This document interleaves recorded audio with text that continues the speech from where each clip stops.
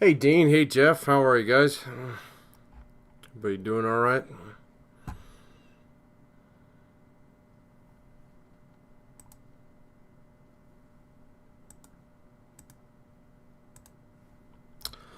going on with Blackboard? Hey Daisy, how are you?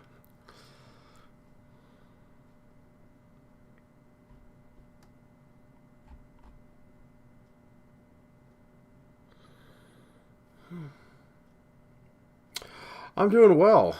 So, had a good weekend. You guys watched some football yesterday?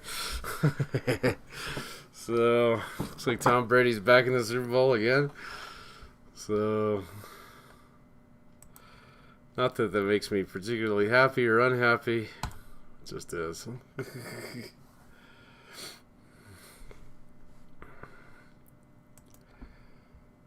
Well, that was about the extent of the excitement for myself this weekend. How about you guys? Here we go.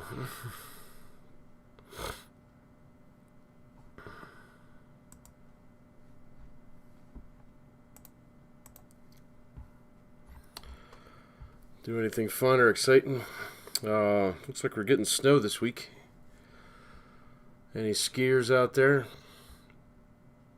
I hear the high country is a little short on snow in some parts. What are we doing here? There we go. This is the one.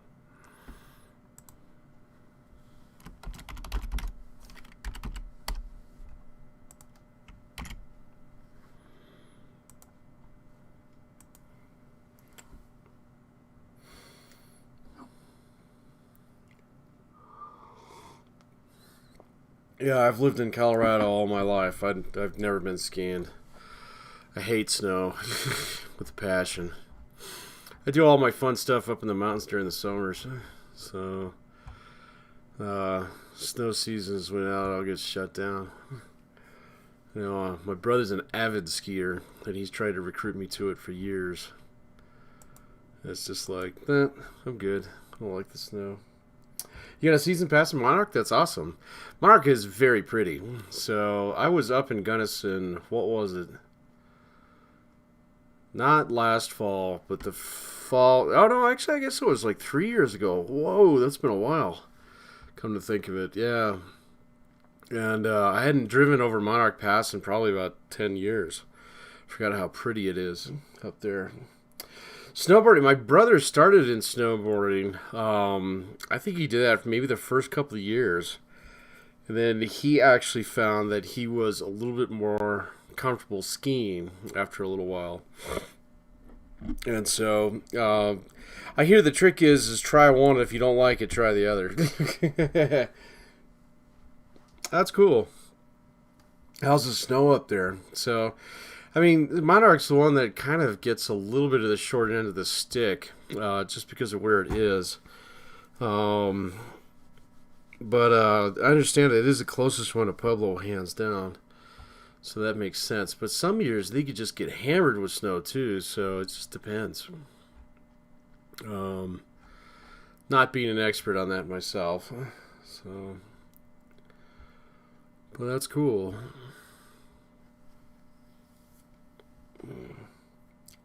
Oh, wow, that's a lot. Okay, maybe I was misinformed then. Maybe it was the northern parts of the state that were a little bit skinny on snow. I hear that Silverton got plowed this weekend, or is supposed to over the next couple days, but, that's pretty typical of Wolf Creek, that area down there. I'm much more familiar with that part of the state than I am with Gunnison, so to speak, and Salida. Although, I always told myself if I retired early and could afford a $2 million house, I'd go buy a shack in Salida. Hey, Ashley, how are you? Welcome.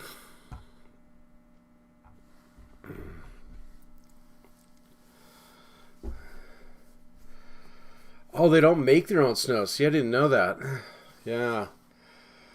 I know that they've had drought years in the past. Maybe that's been a streak that's been snapped for a while. I'm not sure. But I remember, I think the first year I was teaching at CSU Pueblo, everybody was complaining about the snow, and so they were driving all the way up to Brack or something like that. Hey, Marcus, how are you? Hey, Gavin, how are you? Welcome to class. We'll get started here in just a couple minutes. If there's anything you want to BS about or any questions you want to ask, punch them in there. Happy to answer them. But like I said, I do all my fun stuff up in the hills during the summer. So, and then maybe a little bit in the fall. Last fall. No, it wasn't last fall. Last fall was Corona Fall. I guess it was the fall before that. I spent a good bit of time down in Durango, and I forgot how cool that part of the state is. I miss it. Hey, Harley, how are you? Hey, David, how are you? Welcome, welcome.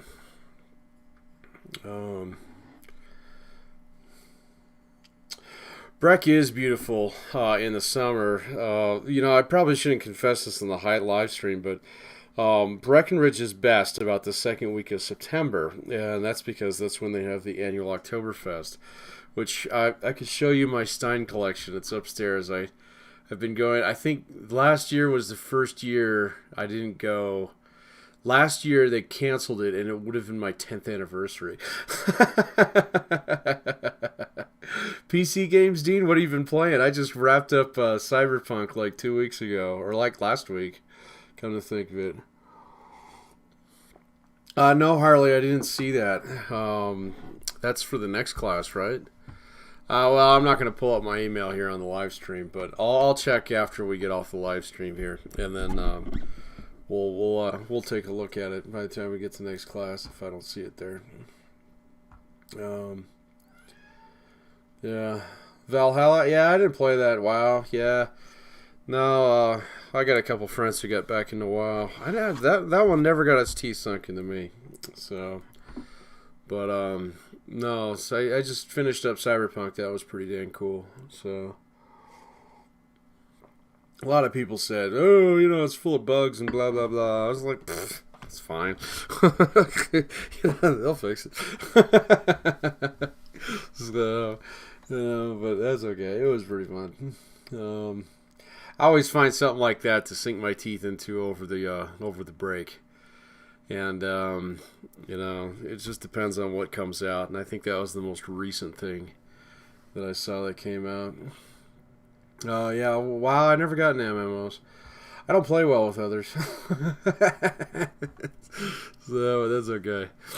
Alright, so let's get started here. Today, fairly short lecture. We'll do at least, we'll do 2 things of trivia today, and we'll try and keep the lecture pretty much tamped down. If you have any questions about the course or anything like that, anything that I'm talking about, feel free to punch them in there into the chat.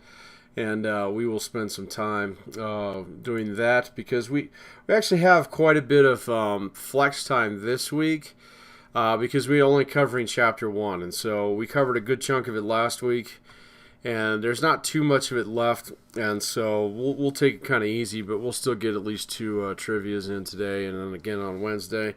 And then after that, just understand the pace picks up a little bit because we cover 2 chapters every module. And so that's 1 chapter a week after that. And so that'll set up the pace for the course for the rest of the semester. But this week, yeah, just because it's kind of like, the first week after we got started, things are still a little crazy. Hopefully your other classes are treating you well. Hopefully everything here's working out. If you have any issues, comments, concerns, please ping me with those. Absolutely fine. Post them up in there too. That's absolutely fine too. We can have a discussion about that here live in the class as well, if you so choose. But really, when it comes down to it, again, we've got a little bit of flex time, so we can take it a little bit easy this week. Just remember, Quiz 1, Chapter 1, Module 1 discussion, or attend one of the 2 live streams. I guess actually we have 3 live streams by Sunday, and so I see, I've got your names here. And so, if you're here in the chat window and stuff like that, I'll give you credit for it as well. I mean, you can drop a hi, you can drop a question, whatever. So as long as I can see that you're here, that's absolutely fine. And then just remember that this homework's the only thing that really has a hard due date. Get that in by January 31st at 11:59 p.m. And then, so we got a whole nother week. Well, not quite a week, but pretty dang close. And then, again, after that, it'll be 1 chapter per week. And so the pace will pick up a little bit, but we do have a little bit of time to take it a little easy here up front. All right, so I need a trivia topic. All right, so start duking it out there in the chat room. You guys sort it out. Tell me what the trivia topic is, and once I get through the lecture here, we'll look for some trivia questions along those lines. All right, so for a free quiz or homework. Last Wednesday, I don't think everybody emailed. Well, maybe you did. I can't remember. But usually, if you get a trivia question right, and then you send me, hey, I want Chapter 5 off, or I want the last week of the semester off, or something like that, I'll send you an email back that says, okay, got it. All right, so think of that as like a return receipt. And so I think it might have been the other class where not everybody got back to me, but I'm not sure if everybody got back to me on this one. If you haven't, it's absolutely fine. If you're not sure what you want to do yet, that's cool too. Just make sure that, once you make up your mind, or if you forgot, that you send me that email, because, again, I need a paper trail on that. Okay, and so just let me know. Okay? All right. Beer. No, we're not doing beer. So... I mean, there's not really much to ask. So,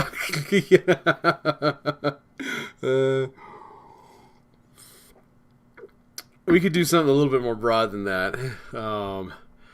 Otherwise it turns into an opinion poll. Like, what's your favorite beer? How many ingredients are in original German brew beer? Blah blah blah, stuff like that. Yeah, I used to be a beer nerd. I am not anymore. I am not anymore. I've grown substantially less picky as I get older, and you should too. To tell you the truth, start realizing that there's a lot of things that maybe you're picky about when you're younger that you don't necessarily need to be so picky about when you get a little bit older. So that's neither here nor there. Anyway, let's move on. Let's talk back the Chapter 1 here, Module 1. Let's go back into the readings here for this week. We're only going to do a couple minutes of lecture here, but there's basically 2 things that we have left to cover. This 1.3, the nature of management, and 1.4, the model of organizational behavior. We did go through this, if I'm not mistaken. Yeah, we did. Yeah, we did. All right, and so let's talk about the nature of management. All right, and if you remember from, it's not a good lecture. It's completely me just opining about the fact that I'm not 23 anymore. So I appreciate the support, though. So, but anyway, it's been a long time since I've been 23. But anyway, let's talk about management. If you had Dr. Wakefield's management class, 201, or Dr. Wakefield's 201, one of the things that you probably got out of that class is what is it that managers actually do? And so the idea, what I think most of the consensus on it is that managers do one of 4 things at any given point in time: plan, organize, lead, and control. Sometimes those acronyms, the actual labels on each of those change a little bit, but that's fundamentally the idea. Okay. Now, if you went into some of the more advanced stuff, which I'm sure if it was in the book, you did it. we can actually divide management down into different like roles, different responsibilities, different priorities, things like that. But if you stick to that basic 4-1, the 4 food groups of management: plan, organize, lead, and control, then as long as you're doing one of those things in that job, I think you can cash your paycheck as a manager. If you're on the Facebook all day, or getting angry on the Twitter or whatever, or something like that, well, then you're not really managing that day.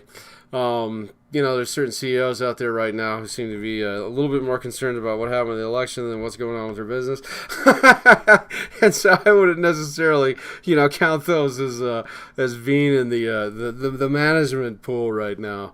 But, regardless of whether you're a frontline supervisor or a manager at the very tip of a company, the cutting edge of the spear, so to speak, regardless of that, those are the basic 4 things that you'll be doing as a manager. So the planning piece is probably the most important one.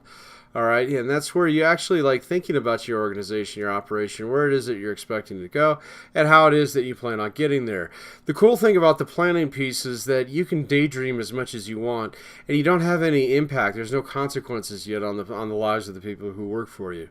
And so that changes once you kick over to the organizing piece, where you're actually starting to pull the trigger on some of your plans. So say it's something as simple as doing a schedule change. All right, as soon as you tell people about it, people will start orienting and thinking towards, oh, okay, so there's a schedule change coming. I got to, figure out how to get my kids to school earlier. Or I got to, okay, so I'm going to be working on Saturdays now. How's that going to affect my life? Blah, blah, blah. Once you do that, even before you actually implement that change, people will start to adjust themselves around it once you make that announcement. And so once you get past that organized place, and then you actually have to lead it. Okay, and so the leadership piece is pretty straightforward. We'll spend quite a bit more time on that later in the course. But it's really about just like walking the walk, all right? And so in the beginning, when you're actually making plans and formulating things, bouncing ideas off other people, then implementing things like that, you're communicating this entire process. And now that it's actually out there, well, you have to live by what you've said, okay? And leadership is really kind of that simple. All right, so if you said, hey, we're going to crack down on people being late around here, you better crack down on people being late there, and that includes you, okay? Because if you don't really do that, you're not really leading, okay? You're expecting without demonstrating, so to speak. And then the last piece, the control piece, a lot of people look at management, they say, okay, well, it's a control function. It's my job to discipline and enforce. And that's true, but only if you haven't done the other 3 pieces really well. Okay, if you've done the other 3 pieces fairly well, you usually don't have that much room for, spending time in the 4th, the control piece. If you find yourself in a job, and many of you will early in your career, where all you're doing is telling people get to work, pick that up, take that out of your mouth kind of thing, that is an organization that was not very well planned, not very well organized, and not very well led before you got there. Okay, and maybe that's by design. Maybe that's just the way the owners want it. Maybe that's the way the employees want it. They want the manager to run around and beat them with a stick from time to time. Okay. All right. Some employees like that. All right. I don't know why, but I've definitely worked in at least, I can think of at least one organization where that was the expectation amongst the employees. They had this weird, kind of like, what is it? What's the Catholic group that hit themselves with the sticks? What is that? The penitentes. They had a very penitente kind of mentality where they had always been beat up by management. So there was almost like this pride that, the managers are the bad guys and we're the poor people who suffer around here. And it's like, no, not really. You guys have it pretty good, So, but again, if you do run into an organization where you are expected to, be the bad guy all the time. Yeah, sometimes that's by design, but most of the time I would argue that's actually just a failure of previous management. So watch out for situations like that. All right, and so that's basically in a nutshell my longer version of what this little teeny tiny paragraph says here. So, but at the same point in time, should give you a little bit more insight in what it is that you're going to be facing as a manager. All right, a lot of different responsibilities out there as a manager. Let's talk about these in a little bit more detail. We already talked a little bit about planning. Long-range planning is going to depend upon the job. All right, there's going to be some jobs, especially frontline supervisor jobs, and maybe even some GM jobs in organizations or businesses that are very well established, or you're not really doing much long-range planning. It's already been done for you. That's above your pay grade, so to speak.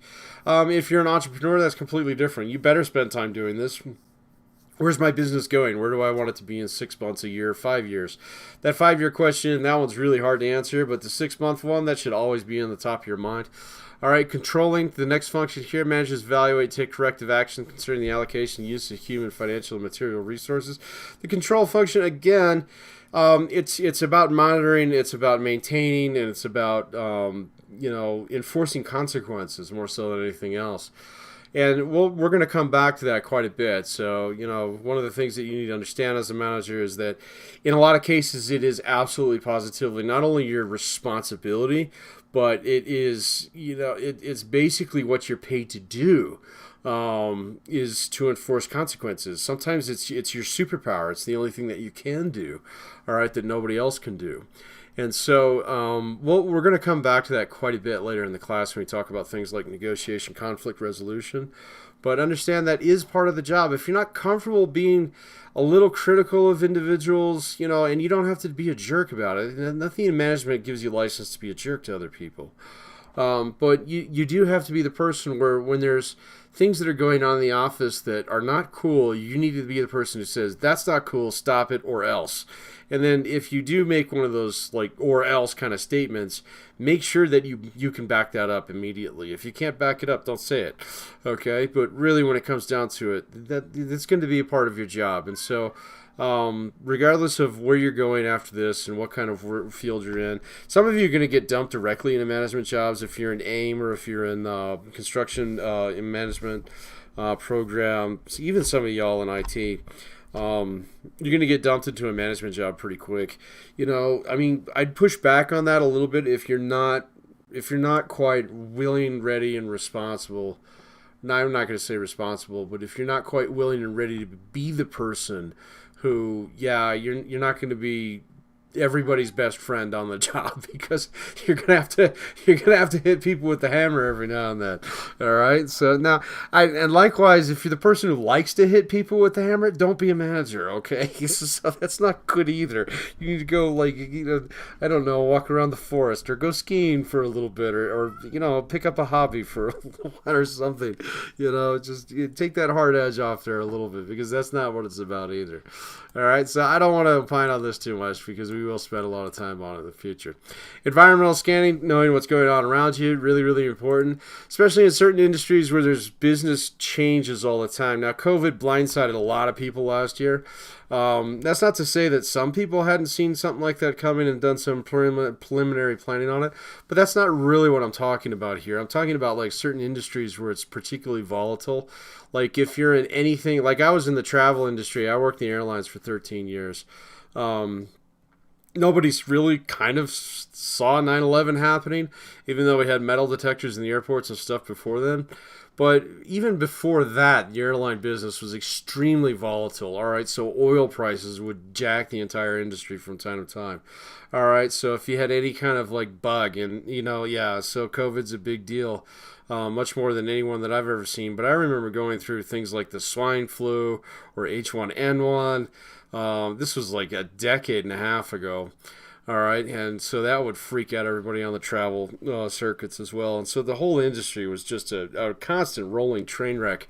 And so you have to kind of like keep your radar up about that. And so if we had a good year, you keep a couple jobs in your back pocket so that they're not on your payroll, so you don't have to turn around and cut people the following year. And so that's just this environmental scanning piece where you kind of keep your eyes peeled and kind of in tune. There's other industries that are exceptionally stable. You don't have to worry about stuff like that. It's going to be all contextual and completely specific to your career. Supervision, overseeing the work of your subordinates. We'll talk about some of the dangers behind that. So in particular, not necessarily overseeing their work, all right, which is what we call micromanagement. If you've ever suffered from micromanagement, you know exactly what I'm talking about. But if you haven't, it's that situation where you have a manager who tells you exactly when it's all okay to breathe, all right, and exactly where to put your hands when, so to speak. And it's not a good way to manage, all right. So, but a lot of managers and supervisors fall into that trap, usually because they're pretty good at whatever job it is that they're actually supervising. And so say like, for instance, if you run a machine shop and you're an excellent machinist, you run, a really mean CNC machine, and then you get promoted to be the shop supervisor. Now you got to train people to use the CNC machine. It really pisses you off when you see people jack it up. Something that took you years to learn, they're trying to learn in like 3 months. And it's easier to just dive in there and do the work yourself. If you've ever been on a group project in school, okay, where someone's not pulling your weight, and rather than like confronting that person, you're jumping in there and doing it yourself, you may suffer from micromanagement without even knowing it. If you have been in a situation like that, just understand that that's where that comes from, and if you're a little bit more aware of that, then you can avoid doing that in the future. The correct answer to that question, if you have someone who's not pulling their weight, is to call them out on it. Okay, so, a lot of times like, run to the professor for help. Actually, it's much more effective if you say, hey, pick up your slack, buddy. And if they give you pushback on that, then yeah, okay, it's time to involve authorities. All right, but that's that confrontation piece. We'll come back to that. Excuse me. Coordinating. Often coordinate the work of others, both inside and out the work unit. It's kind of the fun part of management. So when you have to interface with other individuals, and it's really cool when you get a plan together and then you see it all come together because you actually have a bunch of people working together on the same thing. Kind of cool stuff. Customer relations and marketing. So, there's going to be, it depends. So like in my entire career, and I was manager for over 15 years, I never did any marketing except for a very short period of time. And it was maybe like a single summer, and this was when I was working for the railroad, and we did a little bit of community outreach, all right? Now, we weren't looking for new customers and things like that. It's complete PR stuff. Basically we had a safety campaign kind of thing, and it involved, schools and kids and things like that. It was a lot of fun. All right, but, if you're not doing that, then no, you might not see that. Same thing with customer relations. Now, most of my jobs in management had some kind of customer relation or customer facing function, meaning that, all right, if my frontline folks, who did deal with customers, if they had a problem with the customer, then I'd deal with the customer. Okay, so they'd escalate an issue or something like that. Or in other cases, like we didn't have customer service, it was more of delivery service or a warehouse. I managed a warehouse for a while. And, the constituent groups that were served by my warehouse, basically my customers, even though most of them were internal, I was primary point of contact for them as well. And so you will find that there are times where, even as a manager, you have a boss who's within the company, but then you have another boss who's outside of the company. And, that can be a little bit frustrating at times to kind of know where the priorities lie. But at the same point in time, that should be something you should be able to pick up on based upon the environment and the situation that you're in. Sometimes you're going to have to flex a little bit of judgment on that to kind of know, okay, who's really in charge around here. But when you're doing customer relations, typically it is the customer. Okay, so just keep that in mind. Community relations, we just talked about that. So internal consulting. I've seen this happen to a couple folks, where if you're extremely competent and you have like a skill set, all right, so that doesn't necessarily transfer to management, but you become a manager. So say like you're an accounting student right now, and you go on to eventually get your master's and your CPA or something like that. And then you balance books for a couple of years, but then you find yourself that you're moving into one of the more finance roles or one of the more advanced roles within the accounting branch of most companies out there. So you get an auditing or something like that.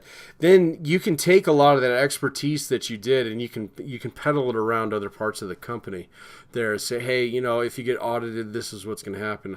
I see this happen a lot in schools, all right? And so in particular, like we just had our accreditation review last fall.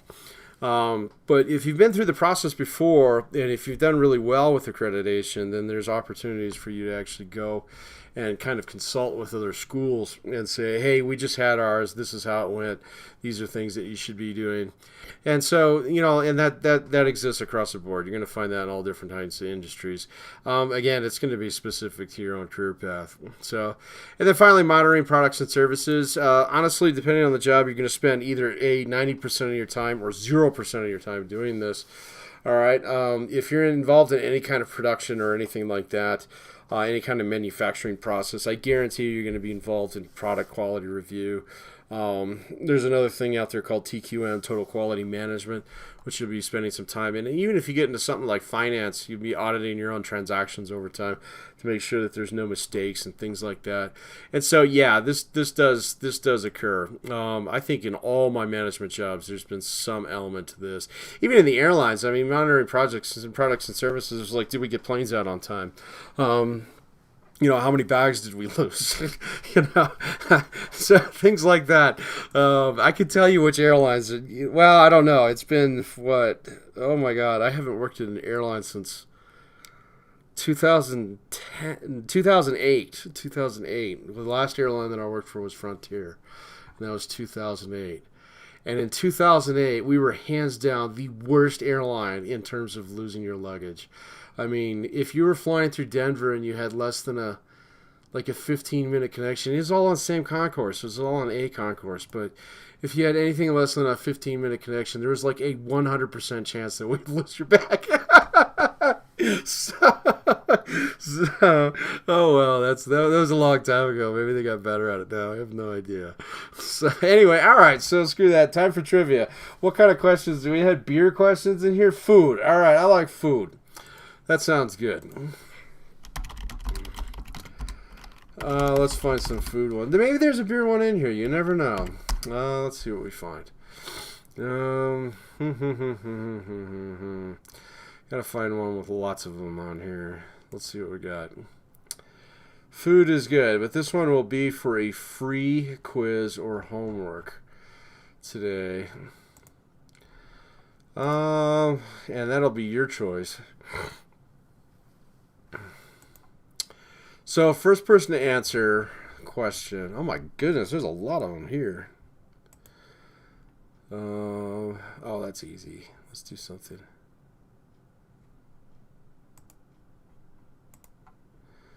Well, that's easy. You all know what KFC stands for. Boo. Come on, something easy. Something a little bit harder than that. Cooking. Here we go.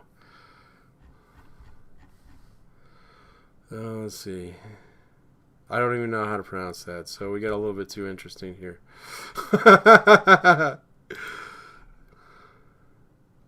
Let's see. Scroll around and find some here. Oh, this is a great one. Which has more caffeine, a cup of coffee or a cup of tea? So, which of the two has more caffeine, a cup of coffee or a cup of tea? Ooh. All right, so I guess you can guess 50-50. I usually ask questions like that, so, but, yeah. Nope. Nope. Nope.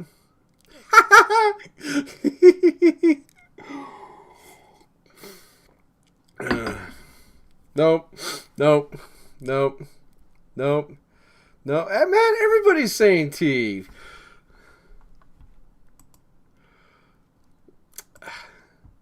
There we go. Matthew says coffee. Everybody switched to coffee now. I don't know. Maybe that wasn't a very good question. So let's Google it. Which has more caffeine, coffee or tea? Tea can, while coffee one. However, the coffee brews use hot water, which extracts more caffeine. Therefore, a brew generally has more caffeine than a cup of tea. Boom! All right. Gavin says they have the same. How'd you find that? So, all right. So this is healthline.com. Anything like that. It's kind of. Here's Mayo Clinic. Let's check this one out. Size caffeine. Brewed 96, espresso. Tea, brewed, black. Okay, coffee obviously wins. If we have 96 milligrams of caffeine in an 8-ounce cup and 47 in black. All right, we're going with coffee. All right, so yeah, we're going with coffee on this one, according to the Mayo Clinic, which I trust. You said no to both, so I gave it a shot. Yeah, no, that's fine. Yeah, I usually don't do those either or questions. That one just struck me as interesting. I won't do that again in the future. But let's see who got this one right the first time. Yeah, that would be Matthew. Matt, you did a good job there and actually punched that in fast enough because you probably... I don't know. Maybe my live stream hits you a little bit faster. And after I said no to the first 1, 2, 3, 4, 5, 6, 7, 8, 9, 10, 11 people who punched that in there. So I'm curious. Why did you guys punch in T so much? Was it because you actually Googled it and then actually just read this real quick? So it said T right there. I don't know. So I'm curious. So, but that's okay. We'll do one more here in a couple minutes. All right. We're just going to cover 1.3 today. We're going to do 1.4 on Wednesday. So all I have to do is make it through this chunk here, and then we'll do one more quiz. And Matt, you are eliminating for the next round. All right. So you only get one of these per day. But then black tea was stronger. Yeah. I don't know. Black tea, well, personally, I don't like it. I've had it like once. How many of you have had like a real serving of green tea? Like an actual, because, all right, so stories way back in the Wayback Machine. My original degree is in history, and particularly Chinese and Japanese history. And I've been through a formal tea ceremony that was done by this expert on Japanese culture. It was fantastic, but it's kind of got the consistency of motor oil, and then when you drink black tea, it's kind of got this. I don't know. If you get the bottled stuff, I have never had any of that, but I don't know. It almost tastes like paint thinner. Don't ask me how I know, but paint thinner tastes like, but. Yeah, no, green tea's pretty awesome. So you do the thing with the whisk and stuff. I never got into that, but I've had it. I've been to tea ceremonies a couple of times where they do the whole 9 yards. It's really cool. So, but no, I'm a coffee guy. So, and I like mine the traditional truck stop black. Which it comes from years of working graveyard shift. Yeah. Years and years of graveyard shift. So, yeah. All right. So, managerial responsibilities. We're good on that. Let's talk about different variations in managerial work. Okay. And so, one of the things that does come up a lot of different times is the layer of management in which you work. And so, let's talk about that in some detail. So, you have your rank and file employees, your first line managers and your supervisors, your middle managers, and then up here at executive management. Most of my career was spent here in middle management. And so let me tell you something about middle management. And middle management is where most management careers go to die. Okay? And that's not a bad thing. It's just true. Okay? So, a lot of times when you're a really good, when you're an individual contributor, when you're a rank and file employee, and say you're really good at your job, or you possess special skills or things like that, you're going to find your way into first line management. Unless it's like a union shop or something like that where, just like upward mobility is not a thing. But in most cases, people ask me, it was like, how do I become a manager? It's like, well, go find a company you like and start working for them. Grab a broom, so to speak. That is a good way to get into management. It's not a good way to skyrocket your career up to executive management, but it is a good way to get into management because a lot of times first-line managers are pulled from the ranks of rank-and-file employees. Now, in some cases, you're going to have to be pretty patient. All right, you're going to have to be judicious about which companies you pick and things like that.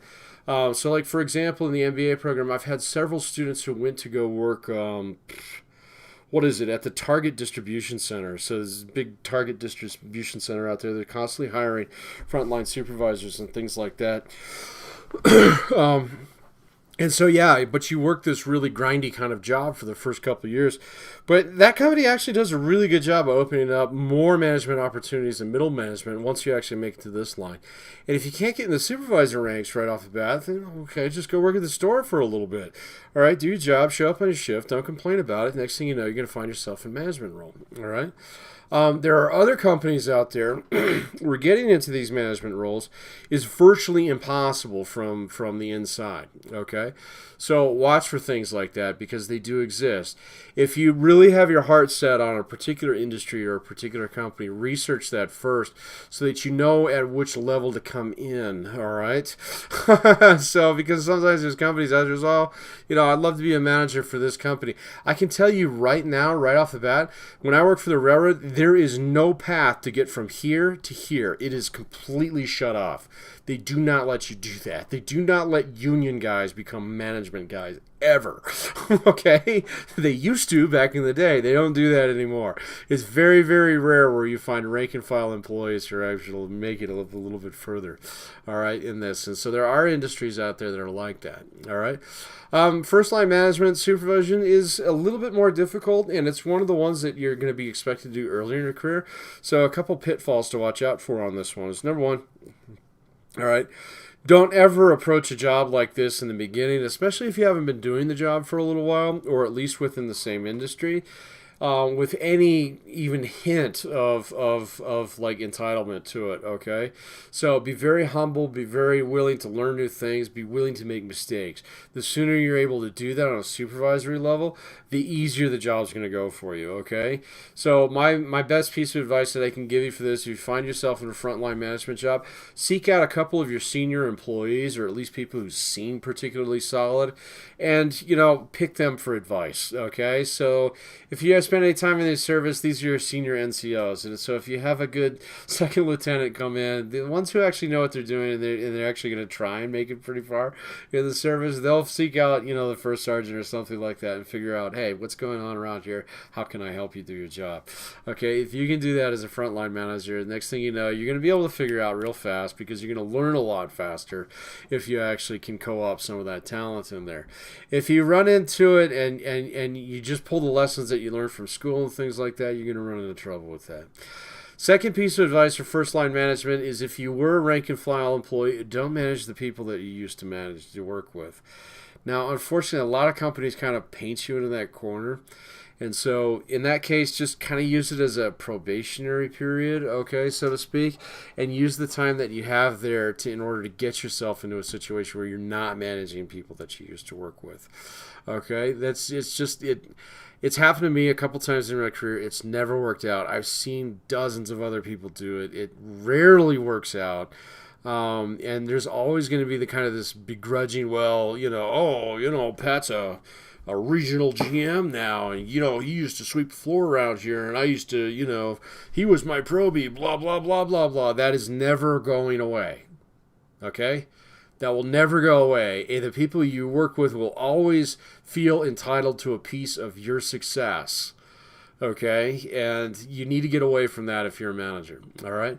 And so the whole idea of rise from the ranks all the way up, the way that people do that is by leapfrogging throughout the company. Okay, meaning that, so yes, if I'm the CEO of Amazon now, okay, well, that guy's not going to die anytime soon. All right, let's pick a different one. We'll just run with that one. Okay, but I started as a delivery driver in Colorado for Amazon, and I become, a warehouse supervisor. I don't do it in Colorado, or if I do it in Colorado, I don't do it with the guys that you used to drive with. Okay, and then so I go from a warehouse supervisor to being a regional manager. I try not to manage the region. Oh, that's awesome. My thing is doxing me. I do try not to manage the region that I used to work in or whatever. And so I've seen people work their way all the way up to, C-suite positions in companies, but they do so by gently and deftly leapfrogging throughout the company rather than just sticking with it all the way through. Because the thing where if you're managing the people that you used to work with, that will dog your success. Okay, it really will. All right. It might make it seem it'll make management easier and people are rooting for me and blah blah blah, and that's true to a point. but everybody eventually wants their ticket punched, okay? And so they'll come around with their meal ticket at some point in time and expect you to punch it if you have the power. And you can't do that. You can't do that. So very, very difficult kind of thing to get. But eventually you get up into this middle management piece, and middle management's great, all right, because middle management is usually where you finally get a little bit of independence. Maybe you get a budget, maybe you get your own region. I didn't really feel like I met middle management criteria until I got to a couple situations where when I walked into work, there was nobody on the job site who was more senior than I was, so to speak, meaning there's nobody who could tell me what to do. Yeah, I had regional bosses and things like that, but they had to call me in order to tell me what to do. There was nobody whose office was right next door to mine, and so you could lean around the corner and yell at me. Once I got to that point in time, I kind of considered myself middle management. And middle management is great, all right? So you get a lot more freedom, you get a lot more flexibility, you get a lot more independence, but there is a lot more responsibility that goes with it, and it becomes much more difficult to interface between these individuals here and these individuals down here.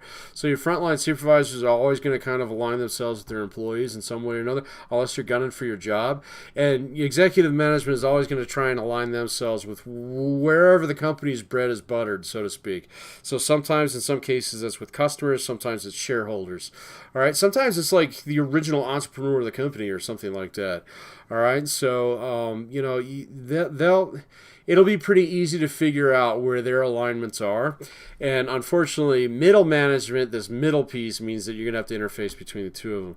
Again, that's going to be situation specific, and so there will be certain companies where that's absolutely fine, and there's going to be other ones where that's an absolute nightmare. Okay, so the trick is to figure out which one you're in before you get into it. All right, and we'll talk more about that in the future. The tip of the spear, the top of the pyramid, of course, is executive management. I've never made it to an executive management role. If I had stuck with the railroad, I'd probably be there by now. Just because that's the way their career tracking went. I'd probably be somewhere on the VP level or something like that. But it was just we'll talk about that story at some point in time. But really, when it comes down to it, there's a different mentality, and the difficulty with dealing with individuals at the executive level of management is that oftentimes you start to realize very quickly that this is a completely different crowd. Okay, and that's true even when small businesses. All right, so think of like a mom and pop shop. All right, so we run a family restaurant or something like that, and mom and pop started this thing, and they have 4 or 5 kids. And so for like the first 10 years that you work for mom and pop, it's just mom and pop. But eventually their kids grow up, and all those kids get kind of sucked into that executive management because it's family business kind of thing. There's a very much so an in-crowd and out-crowd thing kind of going on there. Same thing is true in the corporate world as well. All right, so sometimes when you get, all you have to do is watch, episodes of The Office wherever you see the people in New York. They all got fired eventually and blah, blah, blah, which is kind of a feel-good story, yada, yada, yada. But they always had, a different flavor, a different level of seriousness to them, professionalism, something like that. And I know Ryan tried to fake it for a little while, but he was already kind of, biting at that pie, so to speak, nibbling at the bait.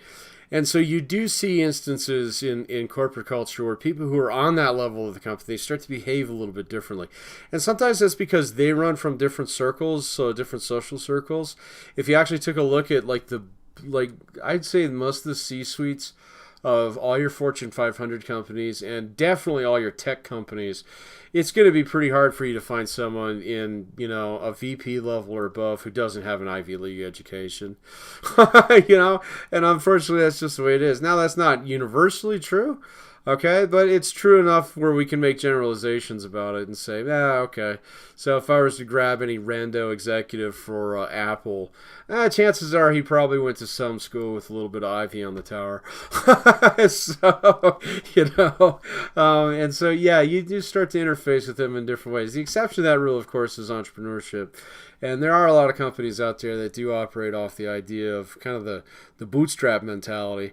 But, all companies go through growth and the death cycle as well. And so once they start to mature a little bit, they start looking for talent, some of those things start to matter. And even if you do work your way up, in some respects, you'll start to notice that there are a lot of companies out there that their C-suite is basically cherry-picked from their competitors. All right, and that might be a good strategy for you. All right, so if you want to get into executive management, all right, there's a couple different ways to do it. First of all, start your own company. There you go. Ta-da, you made it. So congratulations. All right, so the second thing that you can do is work your way into middle management somehow, and then leapfrog from this over to a competitor. Okay, and so the trick behind that is to pick an industry that you like. All right. And then look for an industry where, maybe the competition isn't so cutthroat, or it's an industry where, it's okay to actually jump between different companies. People don't mind that. So consulting's a good one. Accounting's another one. Finance, nobody cares if you do that in finance, stuff like that. Some other things, I wouldn't necessarily do that. Say if I was going to in auto manufacturing or something like that, they might take that the wrong way. All right, if you try and jump, so now you're a Ford person from day one. You're going to be you're born a Ford man. You lived a Ford man. You're going to die a Ford man. So to speak. That jumping over to Fiat or something like that might not be seen as something that's kosher. But at the same point in time, that is one strategy you can use. The other one is middle management. If you're adept at this, and if you're willing to get a little bit political, you can almost always make it up to this executive management. Just understand the reason why that is because most people go into middle management, eventually get to the point in time where they're good. All right, so they're like, nah, I like running my region, I like running my store, I like working with the folks that I've got, and so they won't compete with you for those higher edge jobs. Okay, so you're gonna have to like lean into it and start doing the 90-hour-a-week grind and things like that, and really put up good numbers. Yeah, that's what I'm talking about right now. All right, put up good numbers, and the next thing that you're gonna be in charge of several of the regions, or you're gonna be in charge of several stores within your own region, several locations, stuff like that. And so that's how you could get into executive management that way.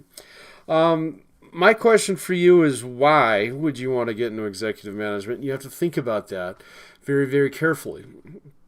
All right, because middle management, they're going to pay you. You're gonna make money. All right, in middle management, first line management, you do a little bit better than your rank and file employees, but not that much. Middle management, you do pretty well. This is usually where your bonus system starts to kick in and stuff like that. Executive management is where the pay doesn't matter so much. It's usually in terms of compensation and things like that. Like stock options and blah, blah, blah. People can get filthy rich in executive management. But understand, so when I worked for the railroad, we had a very flat organization. There's only 1, 2, 3, 4. There's only, so if I was this bottom tier, this fourth tier of management, it was me and then my regional guy, and then the district superintendent, and then the VP of operation. That was the COO. So 1, 2, 3 levels of separation between me and basically the number 2 guy in the company.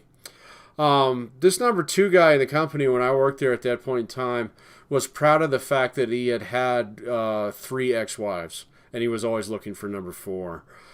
And that's because he just lived, died, ate, breathed, drank, whatever, choo-choo trains. It was his thing.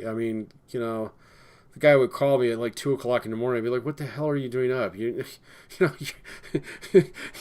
stock options are enough to buy, a small county in the state. What are you doing worrying about this at 3 o'clock in the morning?" I don't know. Maybe that's a little bit different in my philosophy, but understand that executive management, this is also an inverse pyramid right here. Okay, so. All right, so these guys down here, they get paid the least, but they also work the least. Okay, these guys get paid the most, they also work the most. Okay, you do not, until you get into executive management, go try starting your own business, make it successful. You'll see what I'm talking about real fast. All right, these here are 90-hour plus jobs a week. All right, so I've never seen someone not do that. All right, except for if they were like really close to retirement, or if they were basically a piece of furniture for the company. Okay, so I have seen CEOs who are furniture pieces.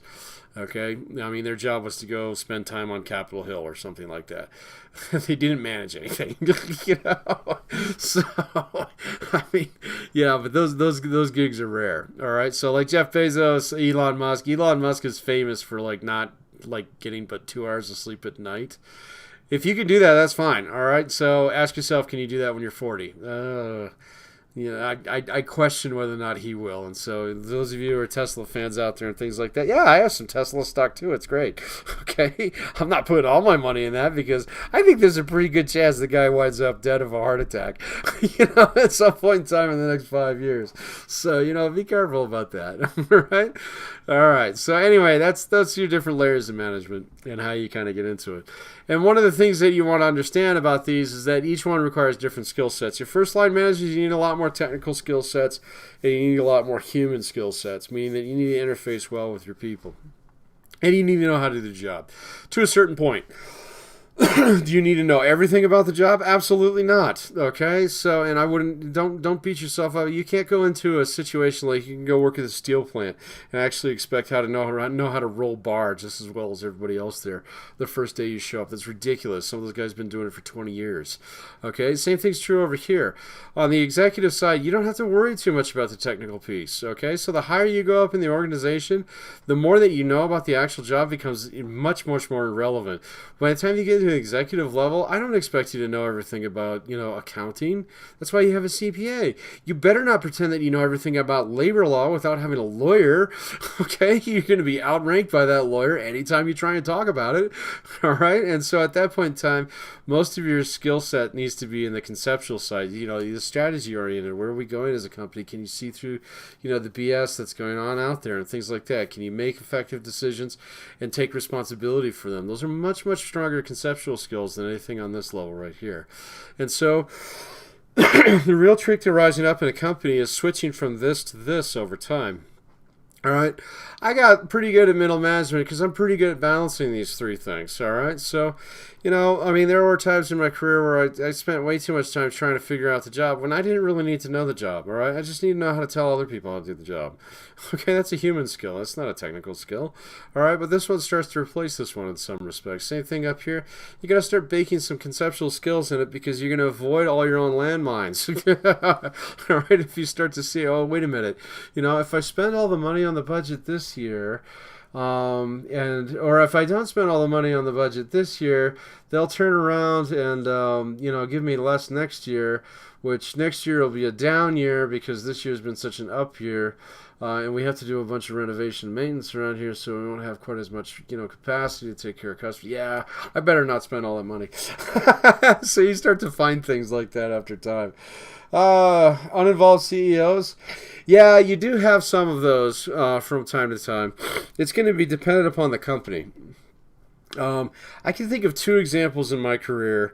The first one was the one with the railroad, where our CEO, when I was there, had basically been with the company for over 40 years. The man was easily in his 80s. Nobody expected too much about him, but he was really good at glad handing on Capitol Hill. And so, or in state legislatures. And so we basically sent him out to go make nice with other people. He was way over I think the time I was there, I met him like twice. But the other guy that I was talking about, the COO, I talked to that guy weekly. Or more specifically, he yelled at me. Weekly. Yeah. And so, yeah, there are companies out there where the CEO is very unfaithful. But the reason for that was you don't need that much strategic management in a place like that. All right? And that's the thing that blows some people's minds. Well, what do you mean you don't need strategic management? If previous managers have done their job really well, okay, the place is set up for success. So, Amazon could be run by a vegetable, starting tomorrow, and probably be fine for 5 to 10 years, all right, because the business is set up so well. All right, that you just don't need to. That's the beauty behind organizational behavior. If you do all the things that we're going to talk about in this class, you don't really need that much leadership, okay? And so you don't need someone to actually, put forth this great vision and blah blah blah, because it runs well, it makes money, people are happy here. Okay, it ain't broke, don't fix it, kind of thing. And so that does happen.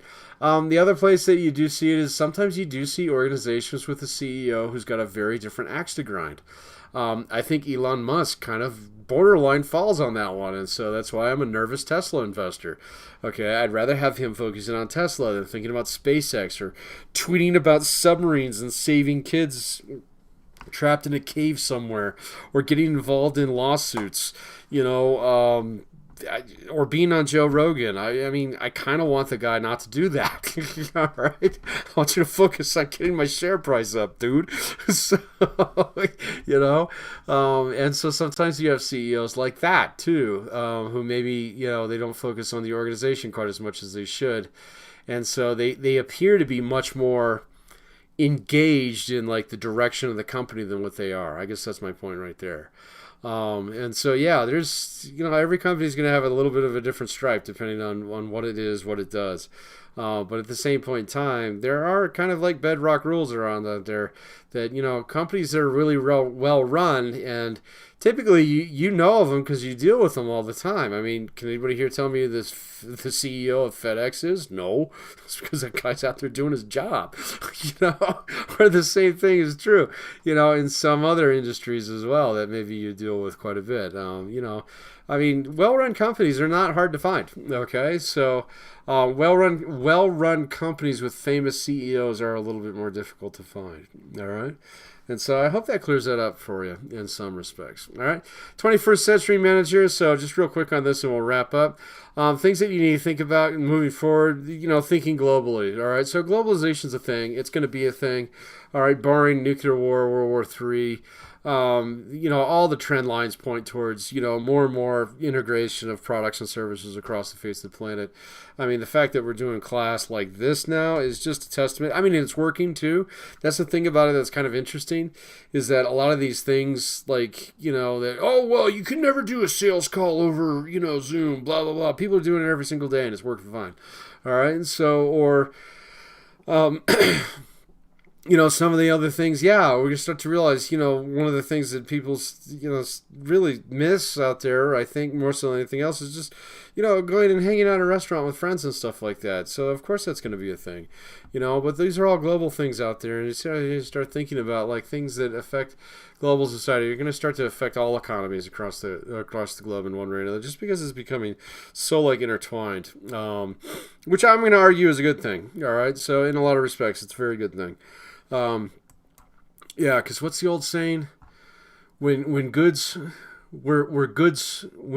don't cross borders, armies do. That's what it is.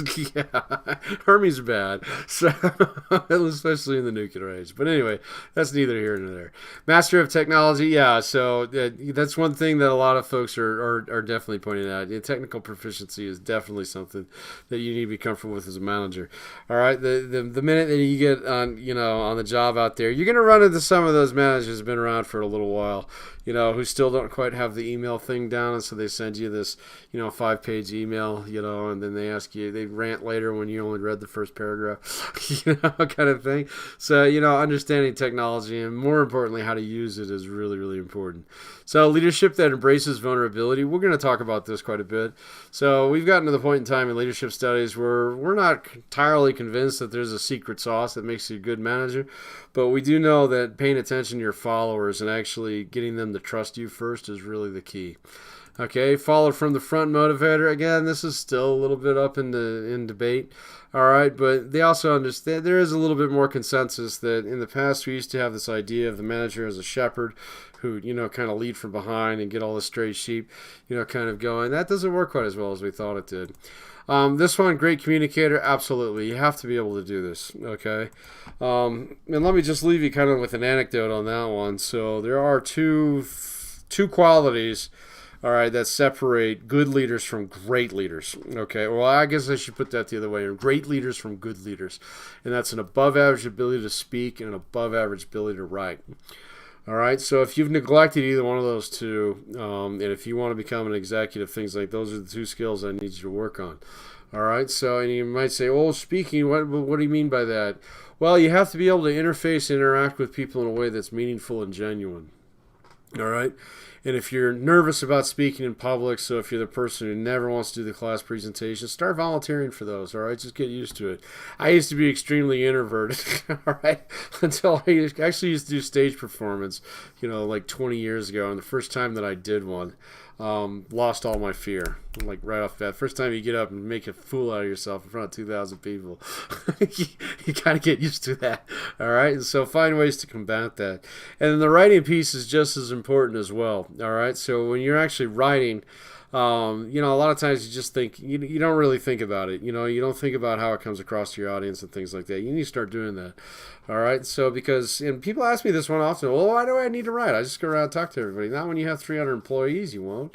All right, I mean, the first time I got to the point in time, I remember I knew I'd kind of gotten to a different level of management when I was standing in line at the pharmacy at Walmart, and someone said, "Hey, Pat," and I looked at them. I didn't know who they were. I was like, "Hey, what's up?" And he's like, "Oh, not much. How you been?" I'm okay. So the conversation started to move past the point in time where it was like just some stranger. I still never figured out who it was until like 3 days later. I realized this guy worked for me. Okay, you're going to have that situation. Okay, you're going to have that situation. And that's where you need to communicate via writing, all right, because you're not going to have time to spend FaceTime with every one of your employees, okay? All right, so that's 1.3 in a nutshell. So a little bit more of an expansion upon all of that. If there's any questions, post them up in there here real quick, and then we will do one more food trivia question today. Let's find a good one here.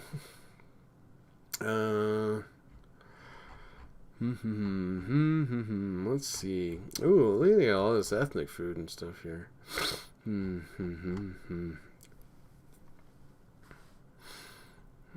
Oh, this one better be right. Yeah, duh.